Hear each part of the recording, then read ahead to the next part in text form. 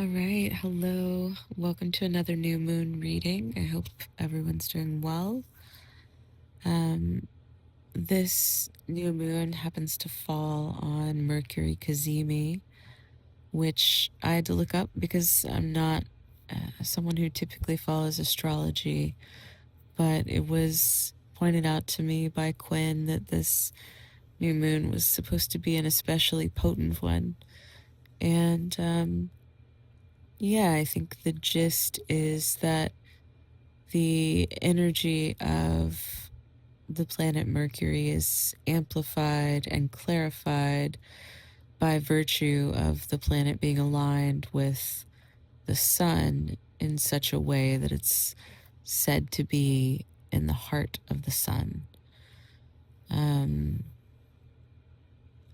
so, yeah, it's interesting. That idea of clarification is one that I think did come up in what I was getting, and I'll share that with you all.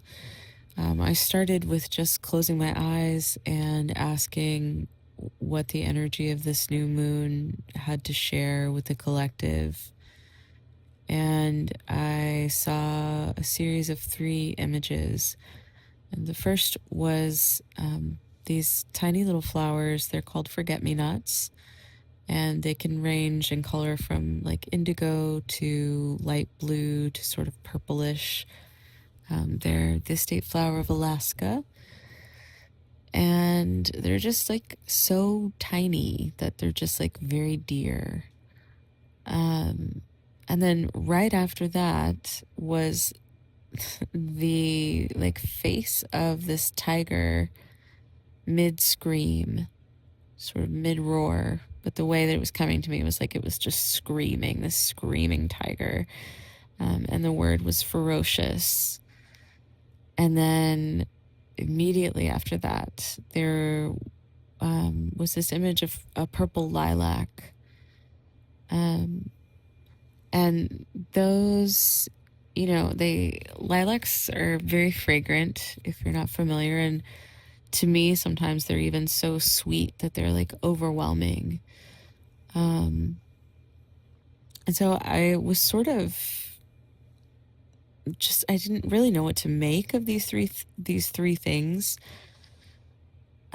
as like a linear progression. I was like, I'm not sure how they're related. And then I had also drawn some cards, and there were 3 of those also. And yeah, the first one was just, the only one facing me in the deck. So it felt like it was really volunteering. And that one was Yarrow. And then as I closed my eyes, I was just feeling of like, do we want another card? Do we need another card? I saw a purple flower, and it was passion flower. And so I drew a card, and it was passion flower, and it's a picture of sort of purple passion flower with this big butterfly. And then I listened and felt again in my body to see if we needed anything else. And it was like, just one more card. And Wild Yam was the final of that trio. And yeah, I want to mention before I forget, as I'm seeing it now, I'm also, as I've been doing this reading, I've had this purple, blue, red light that is like rippling through the room that I'm in. And that is coming from like 2 different sources that are like rippling. That's those same colors of light. I didn't intend it that way, but yeah, that purple energy has just been coming through really strong in this reading. So yeah, I think to start, I'll say, forget-me-nots have a few associations for me. But I think what felt important, at least again, how it hit me in that moment, but certainly I would encourage you as you listen to this to like notice and feel what's coming up for you. Was just the delicate nature of these flowers, as like these very small, very sweet things. I have my own associations with them. They remind me of my grandmother, and I always think of the people in my life who have struggled with memory loss, dementia, Alzheimer's, of which there have been many. And my grandmother was one of those. But it felt like really the takeaway was this like sort of delicate thing next to this fearsome, ruthless, like decapitating tiger that was on a rampage. And that tiger, I've recently learned about myself, is like associated with this energy that I feel really strongly in my chest, this energy of like this tiger leaping out of my chest that is just like vicious and seeking to destroy. And I know that for me, that image is really about like my inner critic. And I think that that idea of the inner critic is salient for all of us. Yeah, I think that is an idea that we'll come back to and that you'll hear again too, even sort of in these cards and in this idea of Mercury Cazimi.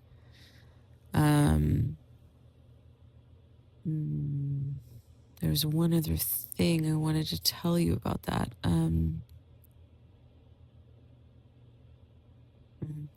Well, I'll just say here, right, that there's like,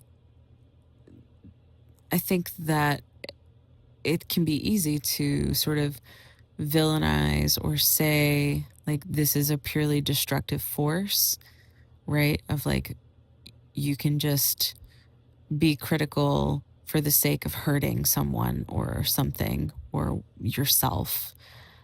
And certainly in my case, that tiger energy is associated with like self destruction, even like self harm in a way, right? Of like berating or belittling myself for choices that I've made, or for not being perfect, in ways that are just unhelpful. And so there's an idea present in this particular reading about bringing that tiger to heel, about bringing our critic into a more disciplined place, because it isn't always that the insights that it has to offer are not valid or couldn't serve some really worthy and even helpful purpose. But they don't have to be delivered with these barbs and poison and teeth, in the way that they might be sometimes. And so, maybe that is sort of what this forget me not lilac sandwich is about like, not being too soft or too delicate or too sweet, and also not being all claws and fangs. And as I'm saying this out loud, like I really do have to chuckle, because that is like just right down the middle, the lesson that I really need. I am someone who struggles with discipline, and because of ways that I was brought up, internally veered pretty far away from that tiger energy, and have also come to learn as an adult that like in order to be disciplined, sometimes have to really toe a firm line with myself. And I have experienced like oscillating between the voices of those early caregivers that were that tiger embodiment, that was too ferocious and too vicious. And then also the overly saccharine lilac or the too delicate forget me not, to where, I'm just not getting things done or making the progress that I want to make. But if I'm too harsh with myself, then that is also incapacitating, or otherwise just like detrimental. So let's take that idea, right, of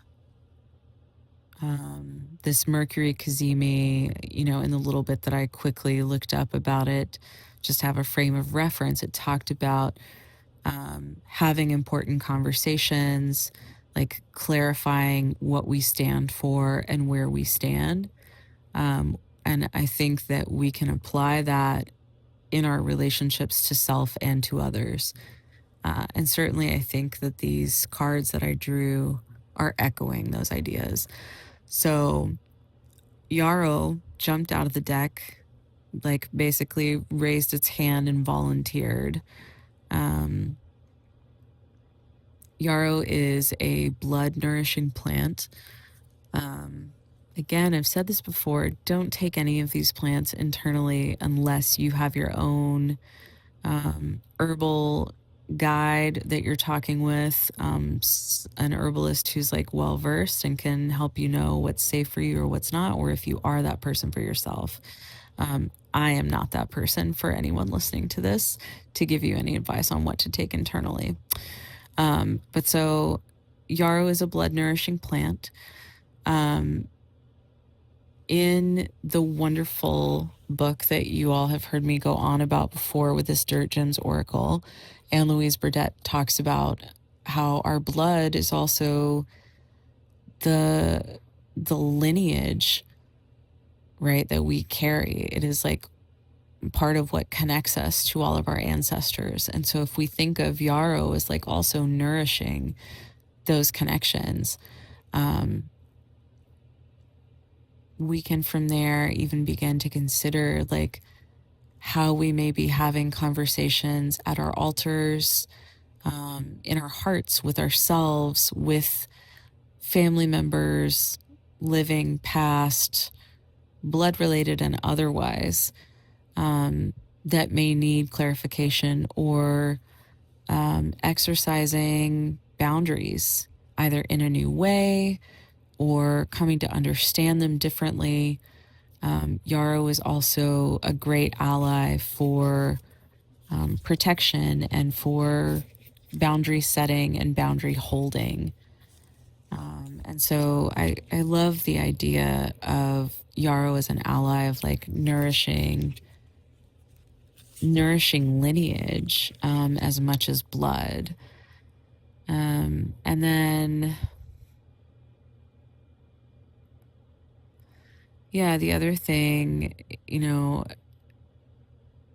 Anne Louise Burdett mentions yarrow as this renowned healer, and this sort of like guardian energy when we may be feeling too much. It says of what is outside of ourselves or outside of our control. For those whose role in their community requires that they often hold space for the wounds or vulnerabilities of others, yarrow allows them to go deeper into this work of healing without being taxed or depleted from these exchanges. So that's something to keep in mind too, especially with what's happening astrologically, perhaps. That this is a plant that you could even in meditation meet with. Given its prominence, it could even be something that you just go out and sit with in your yard for a little bit and talk to, or that you think about before you go to sleep and try and connect with in a dream. Because this is a time of really getting clear with ourselves and with our communities and the people around us. The next card that I want to talk about is that purple passion flower. So in this work of clarifying and of maybe even like renegotiating some relationships with self or with other, passion flower is one that is really good for nourishing the nervous system, and for calming. It is one that some people take internally. I, as a person who has struggled with anxiety, sometimes take it internally, and it helps kind of soothe and calm me down in those moments. Um, so, again, do your own research on that. Talk to who you need to talk to if that's something you want to explore. And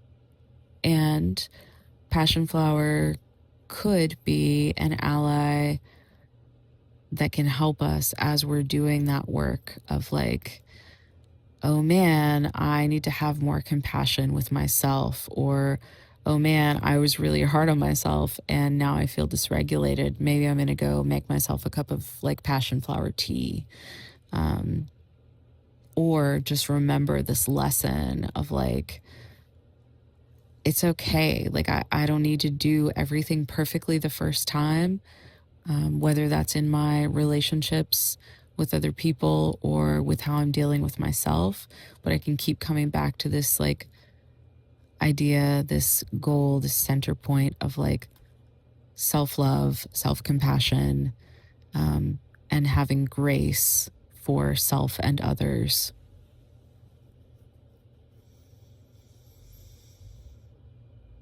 Yeah, it is such a good system nourisher. The other one that I really like a lot is parrot speak. And that is definitely one that, because of the way that it grows, you have to be really careful with where you source it. So, definitely one that you would want to get from someone that you trust if you're planning to ingest it. But it's a really powerful nervine, and yeah, just recognizing like how emotionally tumultuous a lot of this like work of restoration and renegotiation can be. There are different ways to connect with these plant allies, that can help our systems stay regulated and replenish. So yarrow for the blood, um, passion flower as a soothing agent, possibly parrot speak, and then the last one that came out was wild yam. Um, and it's so interesting because it's like this plant is about balancing and harmonizing. And so it really feels like the full circle completion of those images that I was receiving, and sort of what this thread is throughout this reading of, being able to bring a loving eye and, maybe even a forgiving heart into these interactions, like just softening enough to meet yourself with acceptance, to meet your relationships with honesty, with like a loving honesty. And also being able to discern when maybe you do need to be a little more ferocious, or when you do need to like scale it back a little, get a little more of that sweetness going on. Yeah, like I said, for me, sometimes I do kind of have to kick my own ass. I don't do it the way that my caregivers did at this point. And that's part of the lesson that I've had to learn from that tiger is like, ooh, that way actually ends up being more hurtful than beneficial. But when I can wield the lesson of sort of this trine, that serves me really well. And that is something that feels authentic and aligned to who I am, right? Like, I know that I give others this compassion. And the challenge has always been for me to hold that for myself, um, and not to let it go so far in the other direction that suddenly I'm not accountable to myself whatsoever. And so Wild Yam is about bringing it all together. It grows in these clearings in the forest. And you might even imagine that, right? Like this card is like all these leaves, they're these heart-shaped leaves. But when I think about like a clearing in the forest, it's like the forest is all of this busyness, this dense growth, this life that is happening. And then a place in the center of that, or in the midst of that, where we can find the stillness to hear and perceive, like, what is the balanced way for us to engage with something. Yeah, it says if you're finding the need for equilibrium within your body and within your greater network of communities, what Anne Louise Burdett says is ecological literacy. She says, invite wild yam to your table or find your way to a clearing in the forest. I love that.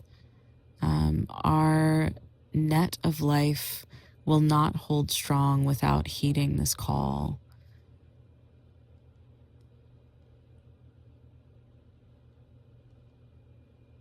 Mm. Yeah, and just remembering that, like, our self-care is also collective care.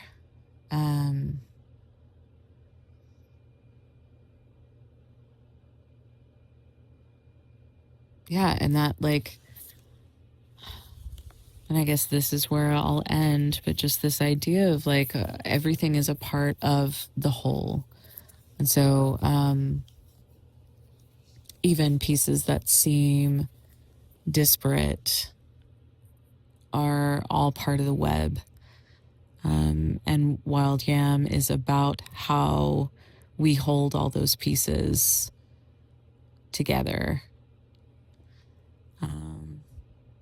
Yeah, I hope there's been some medicine in this for you all. It certainly felt medicinal for me. And I really thank you for the opportunity to be of service.